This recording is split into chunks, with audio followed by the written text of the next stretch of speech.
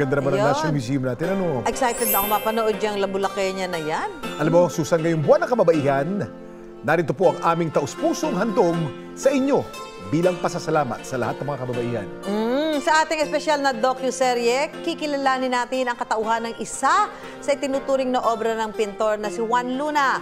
Yan ang misteryosang Labulaqueña. Kilalanin natin ang babae sa likod ng larawang yan sa docu-seryeng kwento ni Kapuso Primetime Princess Barbie Forteza. Maraming iniiwang bakas ang kasaysayan. Pader, gusali, lansangan, tulay, at monumento. Lahat may natatanging kwento. Ang ilan nga, may ikinukubli pang lihim.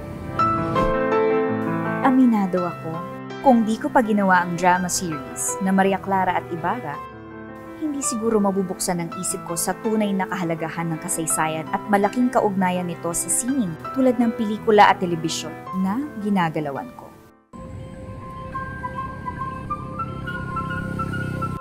Kaya, ako na mismo ang tutuklas sa mahahalagang aral ng kasaysayan na nakapaloob o kaya'y nakatago sa ilang obra.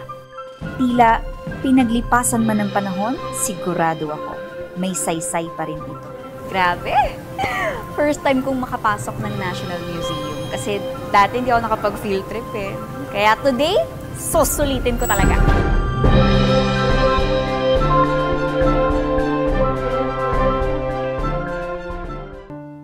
Nakakailang hakbang pa lang ako sa loob ng ating pambansang museo. Gusto ko nang manliit sa higanting obrang bumungad sa akin.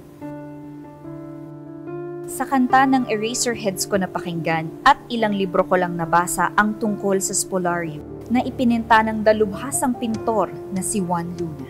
Ngayong kaharap ko ito ng malapitan. Bukod sa malaking paghanga, may kakaibang kilabot akong nararamdaman. Wala kang mapaghihingan ng tulong ang dating sa akin. Para siyang lipunan na parang pagdating sa panahon ng pangangailangan, walang mahirap, walang mayaman. Gagawin ng lahat para makakuha ng hustisya. Nangungusap ang mga tauhang nakalarawan sa dambuhalang canvas. Animoy, mamasa-masa pa ang dugo ng mga gladiator sa sahig. Ramdam na ramdam ko ang karahasan sa paligid. Natakot ako eh, kasi nagiging totoo siya sa akin. Moving portrait para sa akin. Kasi lahat ng imahe, lahat ng tao sa litrato, may ibig sabihin. Kahit itong frame na may kadena, na parang nakakulong tayo sa ganitong klaseng larawan, hanggang ngayon, nangungusap sa napakaraming paraan. Paghingi ng tulong, paghingi ng hustisya, pag-asa na may kalayaan pa.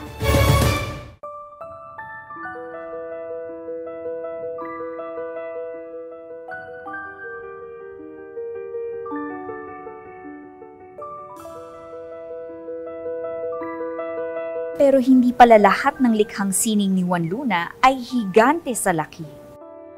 At ito naman po ang isa sa mga likha rin ni Juan Luna, ang Portrait of a Lady na pinaniniwala ang larawan ng kanyang asawa. Pero may mga nagsasabi din naman na posibleng ito ay imahe ng paboritong modelo ni Juan Luna na si Angela Duch. Parang medyo ano nga siya medyo may kilabot. Sobrang graceful, sobrang delicate ng portrait. May something haunting about the portrait. Kahit ba parang ang bright niya, ang ganda ng babae.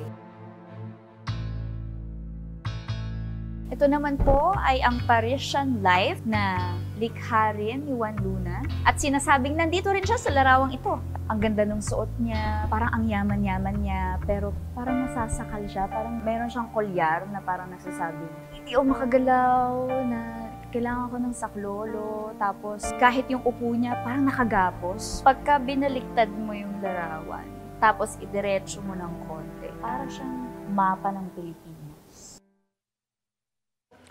Labulaqueña. Alam ko, Kuya Kim, Hindi po natin kilala kung sino siya. Kaya nga, ang ganda. Pero meron ng hint kung sino. Gustong-gusto. Makikita natin medyo mistisa. Oo, di ba? oo. Ano nga kaya ang papel niya sa buhay Ay, ni... nako. Alam mo, exciting yan. Kasi ang love life ni Juan Luna is very tragic. Kaya nga, oo, Very tragic. diba? Diba, napatay nga niya yung kanyang misis Oh. dahil nahuli niya. Naalala mo? Yan kaya ang kanyang misis o yan ay ibang babae na ba na kanyang inspirasyon? Ganda ng babae. Naku, parang gusto ko tuloy matapos na ngayon. May panoorin natin. Alam mo, Susan, maliban sa pinakita nating obra ni Juan Luna na Spolarium, talagang bibida sa ating docuserye ay ang Labulaqueña na pinag-uusapan natin. Aba, yan ang marahil ang maituturing nating Mona Lisa ng Pilipinas. At tulad ng Mona Lisa, hindi kilala ang tunay na katauhan ng modelo ng Labulaqueña. Sa pagpapatuloy ng ating docuserye, unti-unting tutuklasin ni Kapuso Primetime Princess Barbie Forteza ang tunay na katauhan ng Labulaqueña. Abangan niyo po yan!